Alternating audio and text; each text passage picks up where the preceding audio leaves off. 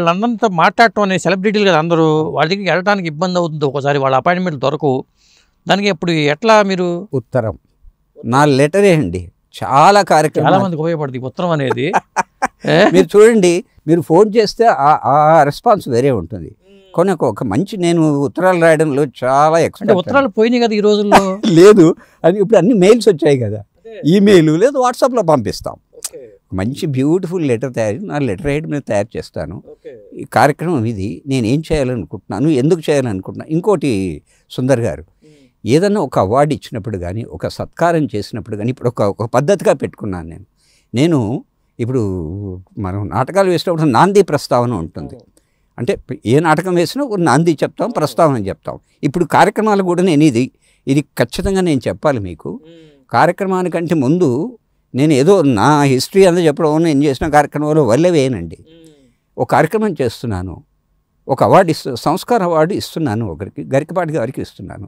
ఎందుకు నేను ఈ అవార్డు గరికపాటి గారికి ఇస్తున్నాను అనేది నేను జస్టిఫై చేసుకుంటాను. ఓకే, ఈ అవార్డును వీరికే ఎందుకు ఇవ్వాలనేది ఒక రైటప్ ఇస్తాను. ఒక నాంది ఈ ప్రస్తావన రూపంలో ఒక చిన్న రైటప్ని నేనే ప్రజెంట్ చేస్తాను.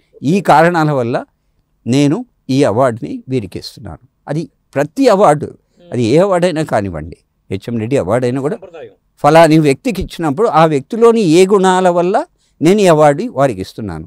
లేదు వారు ఏది సాధించారు, ఏ సాధించిన విషయాలని చెప్తూ జస్టిఫై చేస్తూ అవార్డు ప్రజెంట్ చేస్తారు. గరికపాటి గారికి ఎందుకు ఇచ్చారు ఒకసారి చెప్పండి మాకు. ప్రవచనం అనేది అంటే నిజంగా చాలా మంచి ప్రశ్న వేశారు. ఇంకోటి కూడా మనసులో అది ఇప్పుడు ప్రస్తావిస్తాను. ఇప్పుడు అది చెప్పాలి మీకు.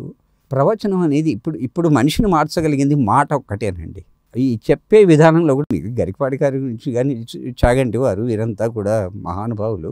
ఈ ముగ్గురు చేస్తున్నది ఎవరు, సామవేదం వారు, ఈ ముగ్గురు చేస్తున్న సేవ అపురూపం అండి అసలు. ఎందుకంటే గరికపాటి వారి వల్ల చాలామంది యువకులు కూడా ప్రభావితం అవుతున్నారు. ఇప్పుడు మీరు ఆయన నా కార్యక్రమానికి వచ్చినప్పుడు అండి 100 మంది వచ్చిన మొత్తం వచ్చి ఆయన ముందు కూడా ఆయన దగ్గర ఆటోగ్రాఫ్లు తీసుకుంటున్నారు. అంటే ఒక హీరో ఇమేజ్ వచ్చింది వారికి. హీరో ఇమేజ్ ఒక హీరో అని కాదు, కానీ హీరో కంటే ఎక్కువ. ఎందుకంటే ఆయన చెప్తున్న మాటలు ఒక యువత కానివ్వండి, మనుషుల్లో ఒక మార్పు తీసుకొస్తున్నాడు. నేను చాలా ఆయన ఆచరిస్తున్నాను. గరికపాటి వారు చెప్పిన ఎన్నో ప్రవచనాల్లోని ముఖ్యమైన అంశాలని నా జీవితానికి అన్వయించుకుంటున్నాను నేను. ఓకే, సో ఆ రకంగా నేను జస్టిఫై చేశాను. కాబట్టి ఈయనకి ఇవ్వదగిందే, ఈ అవార్డు ఈయనకు ఇవ్వడానికి ఇది కారణం అని నేను ప్రజెంట్ చేస్తున్నాను ఒక నాంది ప్రస్తావన రూపంలో. అలాగే ఏ అవార్డుకైనా కూడా నేను నాంది ప్రస్తావన లేకుండా నేను ఏది ప్రజెంట్ చేయాలి. గరికపాటి గారి విషయం వచ్చినప్పుడు ఇంకోటి కూడా చెప్పాలి మీకు అన్నారు. నాకు ఒక కోరిక ఉంది, అది అపురూపమైన సన్నివేశం. అది గరికపాటి నరసింహారావు, చాగంటి కోటేశ్వరరావు అండ్ సామవేదం షణ్ముఖ శర్మ. ఈ ముగ్గురు కూడా ఒక రకంగా త్రిమూర్తులు అండి, ప్రవచన త్రిమూర్తులు. ఈ ముగ్గురిని ఒక వేదిక మీద తేవాలనే ఒక బలమైన కాంక్ష ఉంది. మంచి ఆలోచన, బలమైన కాంక్ష ఉంది. కానీ ఒక స్టెప్ దగ్గర కొంచెం వెనక్కి వెళ్ళింది. అది ఇంకా సాధ్యం కాలేదు. చాగంటి గారు యాక్సెప్ట్ చేయలేదు. ఇంకా ప్రయత్నాలు జరుగుతున్నాయి చాలా పెద్ద.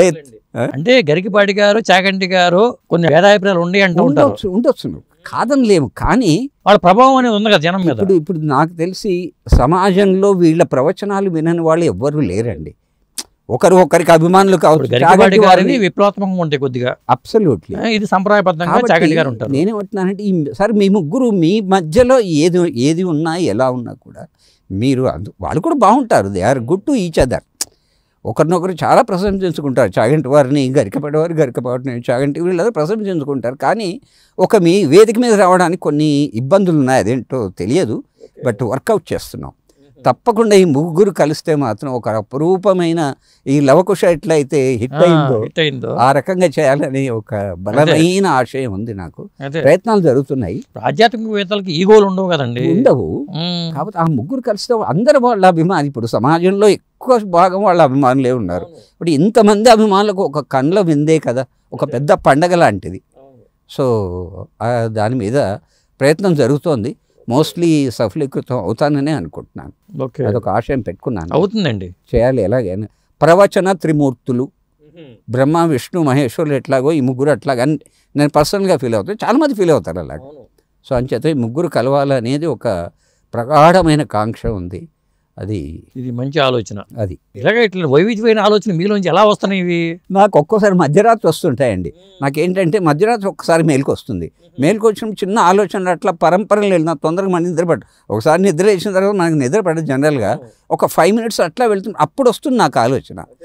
అరే టక్కున అది మర్చిపోతాను మళ్ళీ. అది భగవంతుడి ఆలోచనలండి ఇవన్నీ. exactly. వేదాలని శృతులు అంటారు. చాలా కరెక్ట్గా చెప్పారు.